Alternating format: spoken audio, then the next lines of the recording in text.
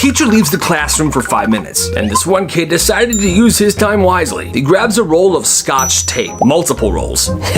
Okay, everybody, get to the middle of the room. I'm taping you all together. He then starts running around in circles with the Scotch tape, taping all of the students together in one big blob. And the other kids are loving it. This is hilarious. Arm to arm, nobody's resisting, they love it. So by the time the teacher comes back, there's just a big blob of first graders taped together. What the heck is going on here? She realizes they're all taped together. She starts pulling tape off kids. She's mad. She calls the office. The office is trying to figure out what happened, but the kid just said, "It was me." Oh, okay, well, I'm calling your mom right now. So she does. The mom answers. "Hello? Your son taped all of his classmates together." Now there's a long pause. Mom goes, "My son taped his classmates together. That's it?" The teacher's stunned. "That's it? Ma'am, don't call me with stuff like this anymore. Please, control your class." Apparently, the teacher expected a much bigger reaction. Meanwhile, the kid's just sitting there, proud of himself and proud of his mom, because as far as he's concerned, everybody had a good time until the teacher showed up. This kid's grandma had a massive garden. It's huge.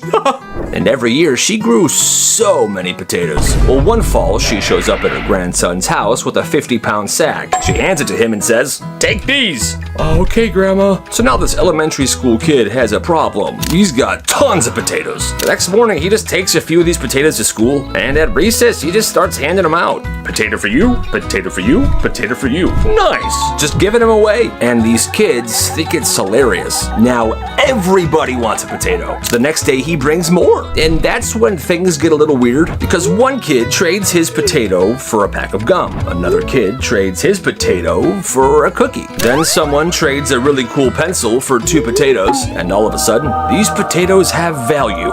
By the end of the week, kids' backpacks are full of potatoes. They're trading them for stuff. Some kids are collecting them, comparing them. Bigger potatoes were worth more. The weird-looking potatoes were worth the most. And then it happens where the kid who had the most potatoes was the most popular kid in the school at that time. Dude, Coleman has got like 9 potatoes. That's right.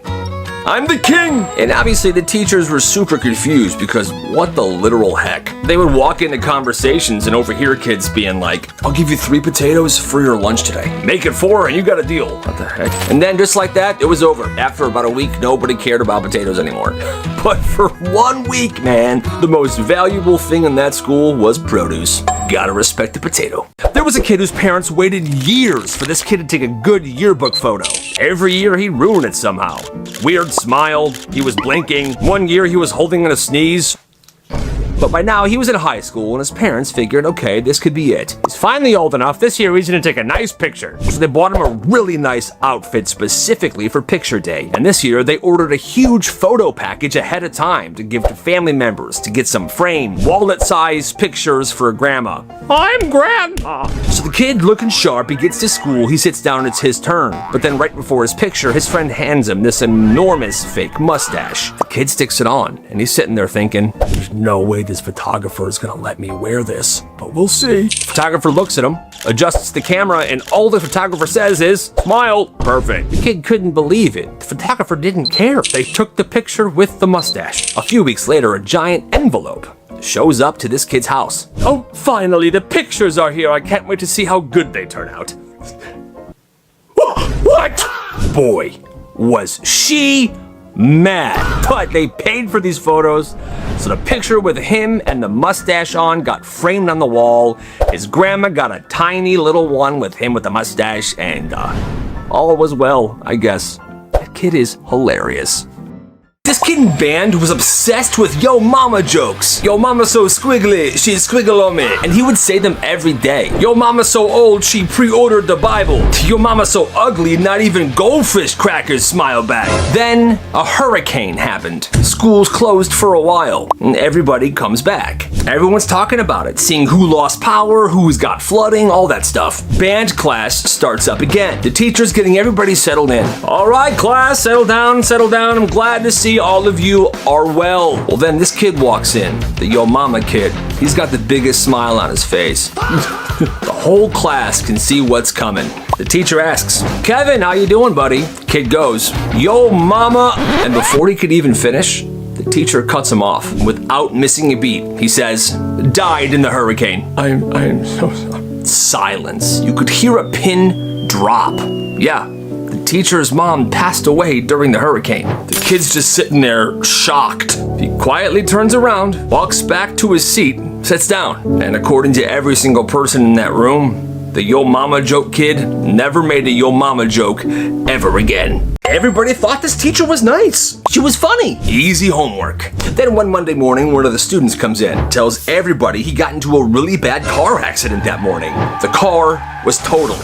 All the students had questions. It was actually really bad. The car totaled, but not a scratch on me. Everyone then settles down, class is starting. The teacher turns around to grab something from her desk. And apparently, I guess she thought she was thinking this to herself because for some reason, she said this. "Car accident, huh? I wish he would have died in that car accident." Excuse me? Yo, miss, what'd you say? I said nothing. You said you wish he died in that car accident. What's wrong with you? Everybody's absolutely shocked. Who would say that and why? She's saying, "No, it came out wrong. I didn't mean that." Well, what else would you mean? But it didn't matter because 30 people in that class heard it and they told everybody. Parents get involved. The administration gets involved. And according to the students, they said that teacher did not last another week. She was fired. All because one sentence she said out loud that she didn't mean to. But honestly, even if she was thinking it, what a freak. No video games until all chores for the day are finished. Every night his parents would write this thing on a whiteboard that's on the fridge. It was chores for the next day. They wrote them that night so that when he came home from school, he did them. They thought this would stop him from sitting on Xbox all night. Instead, this kid began waking up at 4 a.m. every morning. His parents would wake up at 7. Wait, dishwasher's done, laundry's folded, garbage is out. Billy, your room's clean. Yeah, that's right. He goes to school, comes home, immediately gets on the Xbox. Hey, you know that... Oh, wait, you finished it already. Everything. Oh, your homework. It's finished. On the table. Underneath my folder. Nice. And his mom is trying to say stuff like, "You cannot wake up at 4 in the morning and do all of your chores just so when you can come home, you can play Xbox all night. Everything's done, right?" Well, I mean, yeah. And you're not going to be petty and make up more chores just so I won't play, right? I mean, no. Well, then what's the problem, Missy?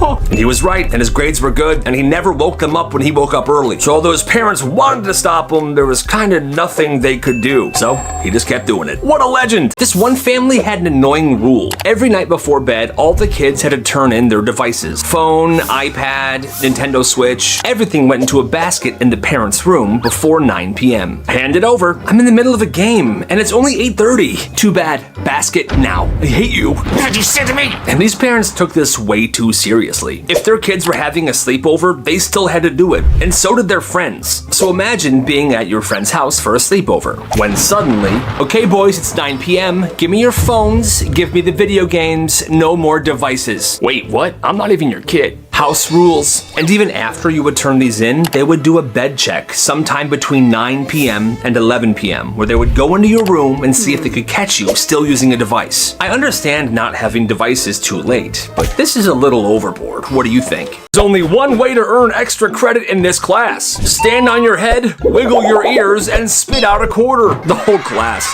laughs. This teacher started every single semester the exact same way. And no one's ever tried it because that's kind of impossible, right? And she's been saying this for decades. Freshmen would hear about it from older siblings, people joke about it. Then one year, the kid who would end up being the school valedictorian took the hardest math class in the entire school. And this kid's a genius. He has perfect grades. He's already getting acceptance letters to some top colleges. Well, last day of senior year arrives. The teacher is finishing up class. Everybody's packing up. "Thanks for a good year, class. One more thing, Mrs. Johnson." The valedictorian gets up, gets to the front of the room, stands on his head, wiggles his ears, and spits out a quarter.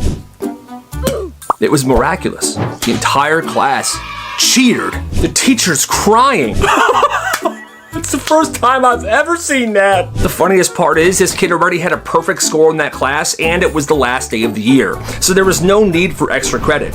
But he said he spent months practicing this, all for the joke. And you know what? You gotta respect it.